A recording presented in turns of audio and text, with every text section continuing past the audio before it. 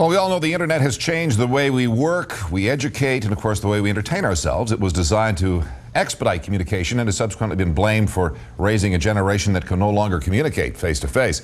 It also has a dark side where predators lurk and criminals enjoy the anonymity. So 15 years and about $1 trillion later, is the internet all it's cracked up to be? Well, let's find out. Joining us now is Nick Bontis at the DeGroote School of Business. Good afternoon, Nick. Hi, how are you? First and foremost, congratulations on your award for excellence in teaching with technology. Thank you very much. Quite an award. Nick, the internet, we're talking about that today, a benefit or a hindrance for Canadian students in the long haul? What is your perception? Definitely a benefit. I mean, let's look at the numbers. 75% of Canadians are actively online. That means 3 out of 4 Hamiltonians are using the web. And of course, for university students, that penetration rate is virtually 100%. I mean, all you have to do is compare a simple school assignment today with how we used to do it 20 years ago. If you remember the olden days, we had to walk to the library for miles, make sure it was open, flip through the card catalog, try to find the book, and in many cases, the book wasn't even there. Nowadays, students can find that information at their fingertips 24 hours a day, even at a coffee shop.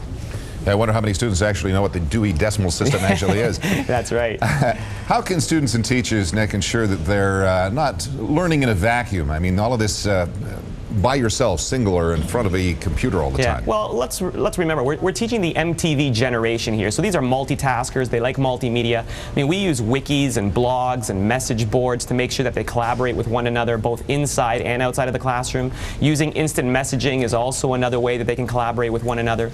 I also use video conferencing in my particular MBA class. If a part-time MBA student is driving into Hamilton from Toronto and gets stuck at work or in a blizzard or a snowstorm, he can actively participate in the class through video conferencing software. And also we use computer simulations. I mean, it's one thing to learn how to run a business in academic theory, but it's totally a different learning experience to actually run a simulated business. And students learn to hit the career path running. Let's talk about cybercrime and the dark side, if you will. It's cost consumers, so we understand these numbers are correct, $630 million US between 2004 and 2005. That is a load of money. Now, is the internet, as we know it, becoming too much of a liability? Well, I mean, there is a dark side. As you said, there's pros and cons to everything. But you know what? Users need to be smart. I got 3 pieces of advice for how to be smart. First, passwords. You need to have at least 8 characters in your password. They need to have combinations of letters and numbers, and they have to have nonsensical terms in there because they have software that generates passwords randomly, and you want to protect yourself. Second, when you're contributing online information to a website, like credit card information and where you live, make sure it's a secure website from a reputable company. I mean, if you get an email from a guy from Nigeria who wants $20 million out of his country, you know it's got to be a hoax. So you got to be careful.